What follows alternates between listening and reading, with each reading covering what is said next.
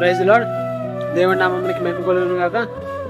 ఈరోజు ఆయన వాక్యాన్ని చదివి మన జీవితంలో ఏదైతే క్రీస్తు పోలిక లేదో ఆ పోలికను కలిగి ఉందాం. ఏంటో వాక్యం అంటే అపోస్తలుల కార్యములు 2వ అధ్యాయం 40వ వచనం చదివినట్లయితే, మీరు మూర్ఖులకు ఈ తరం వారికి వేరే రక్షణ పొందుడి. మరొక వాక్యము 1 కొరింథీయులకు 15వ అధ్యాయం 49వ వచనం, మరియు మనము మట్టి నుండి పుట్టిన వాని పోలికను ధరించిన ప్రకారము పరలోక సంబంధి పోలిక ధరింతుము.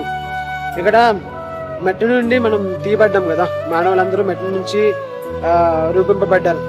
మరి పరలోక సంబంధిగా రూపింపబడాలంటే ఆత్మ పోలికలో క్రీస్తు పోలికలుగా మనం ఉండాలి.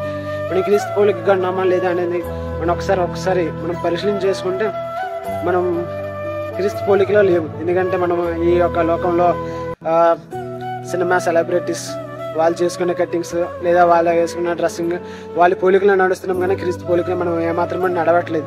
మనం క్రీస్తుల పోలికలో నడవాలి, క్రీస్తులా జీవించాలి. క్రీస్తు ఈ లోకాన్ని విసర్జించి కేవలం ఆయన పోలికన ఆయన ఆజ్ఞలను గైకొనమని దేవుడు చెప్తున్నారు. మరి ఆ రీతిగా మనం ఉన్నామా లేదా అని మనం పరీక్షణ చేసుకుని క్రీస్తు పోలికలో పరలోక సంబంధిగా ఉండి మూర్ఖులకు ఈ తరం వారికి వేరే రక్షణ పొందుదాం. ఒక చిన్న వీడియో మీకు అర్థమైంది అనుకుంటున్నాను. మీరు ఏ పోలికలో ఉన్నారో మిమ్మల్ని మీరు పరీక్షణ చేసుకోండి.